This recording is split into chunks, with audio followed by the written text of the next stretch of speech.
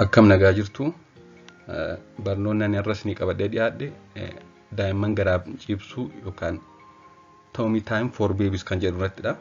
Daa'imman garaan ciibsuu irratti barnoota maatiif ta'uun qabadhee jira. Gara barnoota kootti seenuun dura kanneen chaanalii kanaaf haaraa taatan ani maqaan kiyya Dr. Abarraa Olaaniin jedhama. Ispeeshaalistii fayyaa ijoolleef daa'immaniidha. Akkasumas immoo barreessaa kitaaba bu'uura fayyaa daa'immaniidha. Chaanalii kana sabiskiraayib gochuun waa'ee daa'immanii waan hedduu irraa baradhaan jedha. Gara barnoota kootti seena.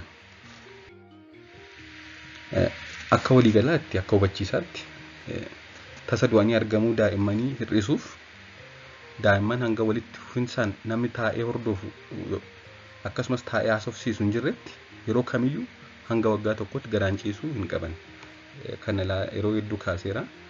Hanga namni bira taa'ee haasofsiisu namni bira taa'ee continuously namni hordofu hanga hin jirretti daa'imman waggaa tokko gadi gonkuma garaan ciisuu hin qaban jechuudha. Akkasumallee cinaachaan ciisuu hin qaban.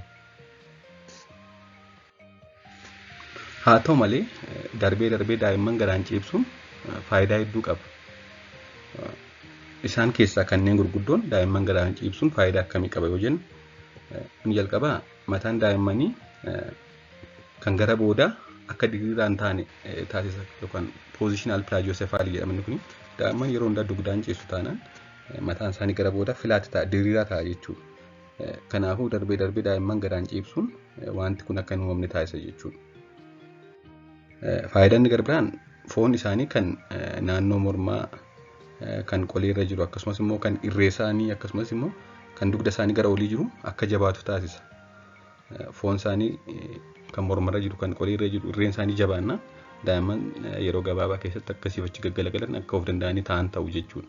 Kanaafuu akka isaan jajjabaatan taasisuuf daa'imman garaan ciibsuun barbaachisaadha jechuudha. Inni gara biraan daa'imman amma bulgaafatanii rakkisan daa'imman bulgaatiin rakkisu. Akkasumas immoo akka isaan deeffatan taasisa. Bulgaatiin akka irratu taasisa jechuudha. Daa'imman amma bulgaafatu taanaan garaan ciibsuun furmaata kanneen keessaa tokkodha jechuudha. Waa'ee daa'imman amma bulgaafatanii kana barnoota kanaan dura hojjedheen ture. Isa kana dudduuba deebisanii ilaaluu dandeessu. Haa ta'u malee kanneen akka daa'imman bulgaafanne ittiin taasisnu keessaa tokko daa'imman garaan ciibsuudha.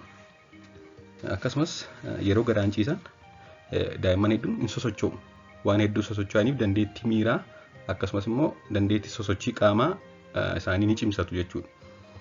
Sosochii qaamaa taasisuun fayyummaa qaama isaaniif immoo baay'ee barbaachisaadha. Daa'imman sosochii qaamaa taasisan kaardiyoovaaskuulaar sisteem onneen isaanii sirni dhiiga isaanii akkasumas immoo fayyummaa qaama isaaniif ulfaatina cimaa akka hin godhanneef ni barbaachisa jechuudha. Kanaaf yeroo garaadhaan ciisan baay'ee sosocho'u daa'imman. Kanaafuu fayyummaa qaama isaaniif barbaachisaadha jechuudha. Haa ta'u malee yeroo daa'imman garaan ciibsan wantoota maatiin yookaan wantoota nuti beekuu fi gochuu qabnu gurguddoon inni jalqabaa garaan ciibsinee gonkumaa biraa deemuu hin qabnu. Akkasirra jennee garaan ciibsinee daa'ima waggaa tokko biraa gonkumaa deemuu hin qabnu jechuudha. Deemuu qofatu hin taane taphachiisuu qabna. Dhalatee handhuurri erga citee yookaan erga irraa bu'ee booda eegaluu ni dandeenya garaan ciibsuu. Namoonni tokko hanga ji'a 3-4 yoo garaan ciibsuun hin danda'amu jedhu. Haa ta'u malee dhalatee guyyaa 2-3 boodayyuu hin eeyyamama. Haa ta'u malee amma danda'ametti akka handhuurri isaanii hin madoofne erga isheen cittee buutee booda torban 1-2 booda garaan ciibsuu eegalsiisuun ni danda'ama jechuudha. Kanaafuu yoomi eegallee garaan ciibsuu kanneen jedhaniif torban 1-2 booda erga handhuurri isaanii irraa cittee buutee booda eegaluun ni danda'ama. Akkasumas yeroo jalqabaa al takkaatti daqiiqaa 2-3 qofaaf ciibsuu. Guyyaa jalqabaa sa'aatii dheeraa ciibsuu hin qabnu jechuudha. Guyyaa jalqabaa daqiiqaa muraasa daqiiqaa 1-2 kan caalleef ciibsine sanaa booda guyyaatti si'a 3-4 ciibsuun ni danda'ama guyyaa tokko keessatti yeroo jalqabaa. Suuta turtii dabalaa deemuun jechuunis jalqaba daqiiqaa 1 daqiiqaa 3 kan ciibsine ta'e guyyaatti aanu daqiiqaa 5 guyyaa itti aanu daqiiqaa 7-10 godhaan dabala. Naannoo ji'a 3 hanga daqiiqaa 30 garaan ciibsuu dandeenya jechuudha. Naannoo ji'a 3. Kanaafuu jalqaba daqiiqaa muraasaaf achiitii suuta dabala. Naannoo ji'a 3 hanga daqiiqaa 30 hanga sa'aatii tokko ciibsuu ni dandeenya. Kan kana goonu yeroo daayipparii jijjiirru akkasumas yeroo qaama isaanii dhiqnuu fi kan kana fakkaatu yeroo goonu osoo ta'e gaariidha. Fakkeenyaaf yeroo daayipparii jijjiirree booda yeroo suma xiqqoo garaan gad galagashinee fuuldura isaanii ciisnee yookaan dhaabannee haasofsiisuu yeroo akkasii gaariidha. Akkasumas yeroo qaama isaanii dhiqnee booda. Yeroo garaan ciibsinu wantoota qalbii isaanii hawwatan gochuun taphachiisuun barbaachisaadha. Fuuldura isaanii macaawachaan adda addaa kan daa'imman ittiin taphatan adda addaa yoo jiraatan isaan fayyadamuun daa'imman akka attentionii isaanii gara sanatti akka yaadni isaanii gara sanatti tattamu taasisuun akka isaan sosocho'an taasisuuf fuuldura isaanii dhaabannee haasofsiisuu qabna jechuudha yeroo garaan ciibsinu biraa deemuu hin qabnu. Akkasumas dirqama sireerra qofa ta'uu hin qabu kan nuti daa'imman garaan ciibsinu. Akkaataa hedduu jira isaan keessaa muraasni inni kun daa'imni akkuma suura irratti argitan garaan ciisaa jira sireerra fuuldura haati taphachiisaa jirti jechuudha. Akka kanaatti hin danda'amu. Inni gara biraan immoo akka suura kana irratti argitanitti ofii teenyee sarbaa keenya asii achi ciibsuun akkasittis ni danda'ama jechuudha. Inni gara biraan